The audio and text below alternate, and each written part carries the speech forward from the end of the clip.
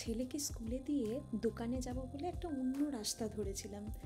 তো সেই রাস্তা দিয়ে যেতে যেতে দেখতে পেলাম একটা সজনে গাছ। কোনো দিন এর আগে দেখিনি। দেখো সজনে ফুল হয়েছে, ডাঁটা হয়েছে, কি বড় গাছ! জেনারেলি আমরা মামার বাড়ি গেলে, দেশের বাড়ি গেলে এইসব গাছ দেখতে পাই, সেটা খুবই কমন।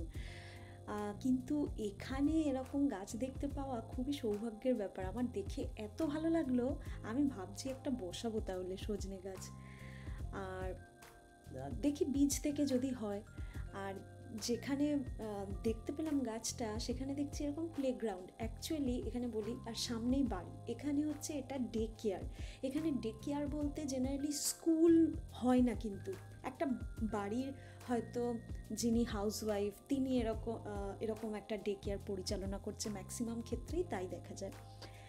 তো এটা তো গেল সকালে।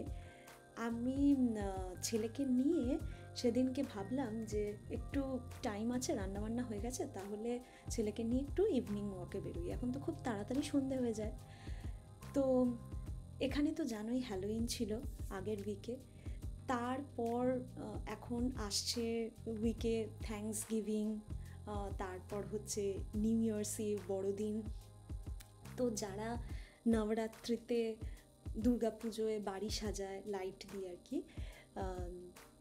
তারা তো আমি বলেছিলাম এখন এই লাইটগুলো লাগানো থাকবে সেই নিউ ইয়ার্স অবধি। আর যারা আমেরিকান হয় তারা এই যে হ্যালোউইনের আগে লাগায়, তারপর সেটা একদম সেই নিউ ইয়ারে পরে গিয়ে তারপর খোলে। তো এখানে ওই জন্য খুব সুন্দর করে বাড়িগুলো সাজায়, যেহেতু 3-4 মাস এই লাইটগুলো লাগানো থাকে আর কি।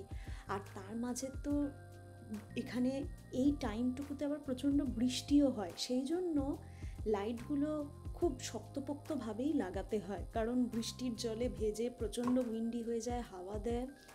আর দেখো কি সুন্দর, লোকে যদি নাও লাইট দেয়, এত সুন্দর করে লাইট দিয়ে গার্ডেনগুলোকে সাজায়।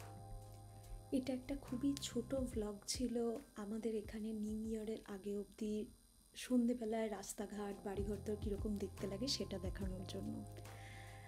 যাই হোক, আমি মৌসুমি, জানি দেখা হবে আবার নেক্সট একটা ভ্লগে। Bye bye.